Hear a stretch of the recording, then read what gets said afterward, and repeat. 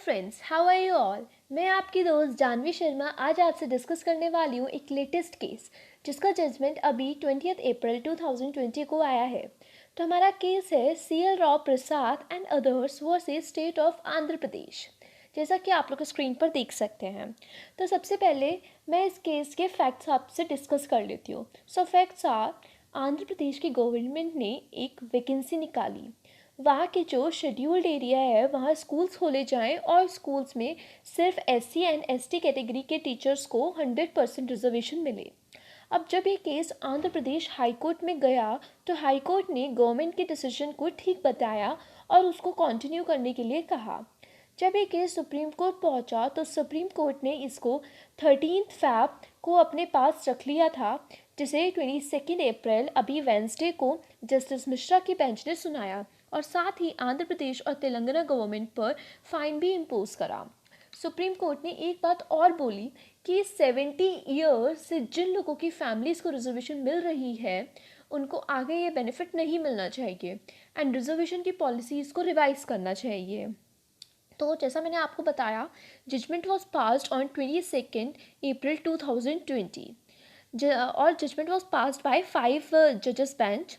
अब इसमें जज कौन कौन थे? हमारे justice Arun Mishra, justice Indira Banerjee, justice Vineet Saran, justice MR Shah and justice Aniruddha Bose. तो चलो अब इन क्वेश्चंस पर आते हैं जो सुप्रीम कोर्ट ने रेज किए। So our question number 1 is, what is scope of para 5 sub clause 1 of schedule 5 of the constitution of India? Does the provision empower the governor to make a new law? तो इसका मतलब है, क्या किसी भी कानून को शेड्यूल एरिया में इम्पोज करने का संसद या राज्य विधानमंडल के पास शेड्यूल 5 के पैरा 5 सब क्लॉज 1 के तहत लागू करने की पावर है? हमारा दूसरा क्वेश्चन है, does the power extend to subordinate legislation? क्या सबऑर्डिनेट लेजिस्लेशन के पास इतनी पावर है कि वो 100% रिजर्वेशन कर दे? हमारा थर्ड क्वेश्चन जो रेज होता है वो है, can the exercise of power conferred in para number 5 of the 5th schedule override fundamental rights guaranteed under part 3?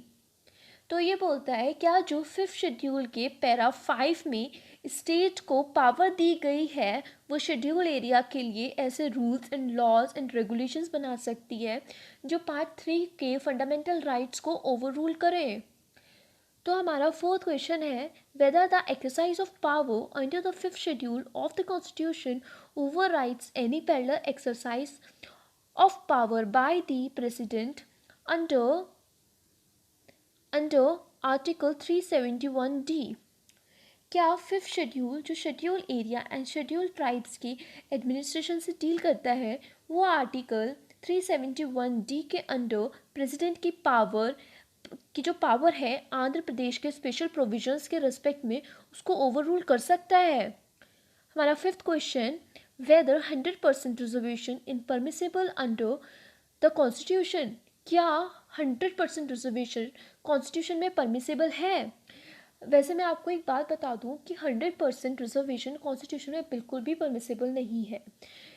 इस पे एक बहुत ही फेमस लैंडमार्क केस है इंदिरा साने का, जिस केस में ये बताया गया, ये 1992 का केस है, जिसमें बोला कि आप किसी भी क्लास मतलब वर्ग के लोगों को रिजर्वेशन दे सकते हो, बट जो मैक्सिमम रिजर्वेशन जा सकती है वो सिर्फ 50% ही जा सकती है। तो 100% तो बिल्कुल ही गलत है यहाँ पर।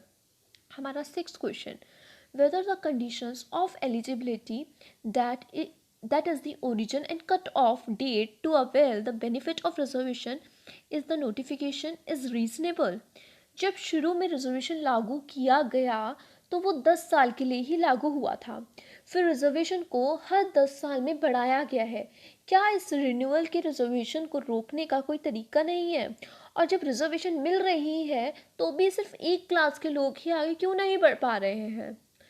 चलो थैंक यू गाइस, इसी के साथ हमारा वीडियो ख़त्म होती है। उम्मीद करती हूँ आपको सब कुछ समझ आया हो। If you like the video press the like button, do subscribe the channel, press the bell icon and do share it.